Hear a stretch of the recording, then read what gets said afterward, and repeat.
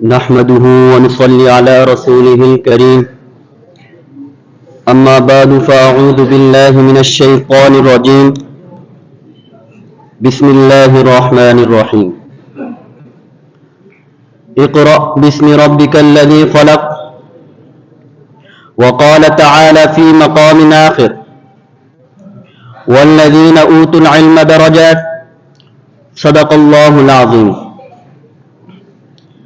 میرے انتہائی واجب الاحترام اساتذہ کرام اور مہمانان خصوصی اور عزیز طلباء، آج میں آپ حضرات کے سامنے جس موضوع پر اظہار خیال کر رہا ہوں اس کا عنوان مدارس کا دین کی اشاعت میں کردار ہے۔ میرے دوستو، مدرسہ آج کی چیز نہیں، مدرسہ اتنا ہی پرانا جتنا اسلام پرانا ہے۔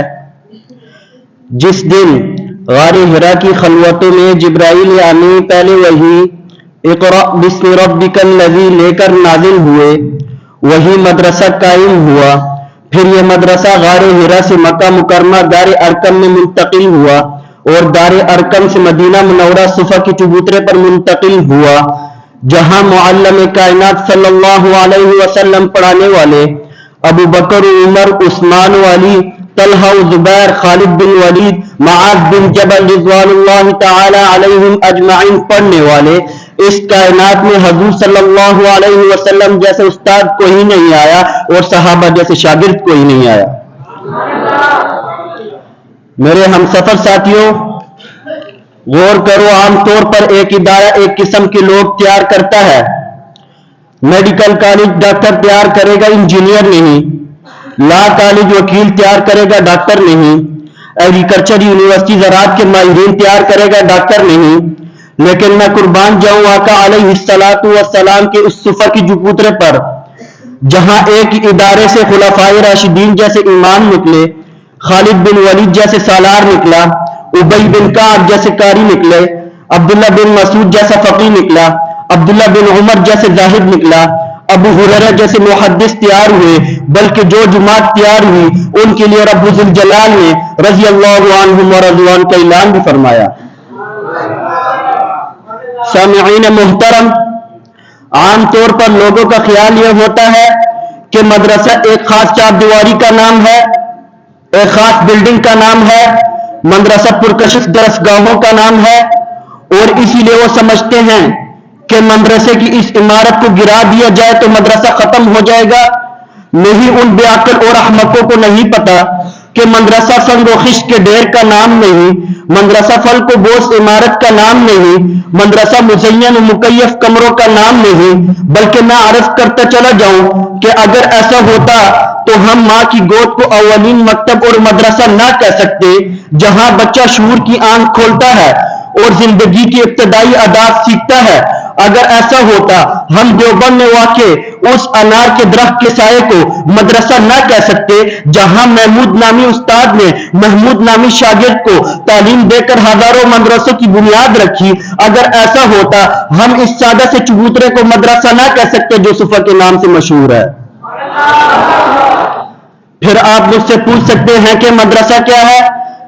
میں عرض کروں گا کہ مدرسہ وہ ہے جہاں انسان کو انسان بننے کی تعلیم دی جاتی ہے، جہاں زندگی گزارنے کا ڈھنگ سکھایا جاتا ہے، جہاں علم کی شمع اس کے سینے میں روشن کی جاتی ہے، جہاں اعلیٰ اخلاق سکھائے جاتے ہیں۔ بلکہ میں یوں کہتا ہوں، مدرسہ اس چیز کا نام ہے جہاں سے علمی شاہکار شیخ الہند جیسے اعلیٰ علمی شاہکار پیدا ہوئے۔ مدرسہ اس چیز کا نام ہے جہاں سے مفتی اعظم مفتی شفیع عثمانی جیسے اعلیٰ فقی پیدا ہوئے۔ اگر میرے دوستو یہ شخصیات اور مقاصد ماں کی گود میں حاصل ہو تو مدرسہ ہے، خاص و خاصات سے بنے جھوپڑے میں حاصل ہو تو مدرسہ ہے، صحرا کے سناٹے میں حاصل ہو تو مدرسہ ہے۔ اگر یہ مقاصد حاصل نہ ہو تو مدرسہ نہیں، دھوکہ ہے، تصنع ہے، ریاکاری ہے۔ میرے ہمسفر ساتھیوں، آج پوری دنیا میں جہاں کوئی بھی مدرسہ موجود ہے، صفا کی اسی مدرسے کی شاخ ہے۔ مدارس اسلام کے قلعے ہیں، دین اسلام کے پاور ہاؤس اور بیس کیمپ ہیں۔ مدارس انسانیت ساز کے ادارے ہیں، جہاں انصاف سازی کا کام ہوتا ہے، عالم، مفتی، حافظ، قاری، مبلغ، مفسر، مجاہد، مصنف، انہی مدارس کی مرہون منت ہے۔ دین کی تمام شعبوں کی آبیاری انہی چشموں سے ہوتی ہے۔ مدارس کی قوت پوری دین کی قوت ہے، مدارس کی کمزوری پوری دین کی کمزوری ہے۔ آج مدارس دنیا کفر کی آنکھ کا کانٹا بنی ہوئی ہے اور وہ ان کا گلا گھونٹنا چاہتی ہے، لیکن وہ اپنے ان ناپاک عزائم میں آج بھی ناکام ہوئے اور صبح قیامت تک انشاءاللہ ناکام ہوں گے۔ میں آخر میں اس شعر کے ساتھ اجازت چاہوں گا۔ نور خدا ہے کفر کی حرکت پر خندائے زن، نور خدا ہے کفر کی حرکت پر خندائے زن، پھوکوں سے یہ چراغ بجھایا نہ جائے گا۔ دعا ہے کہ اللہ رب العزت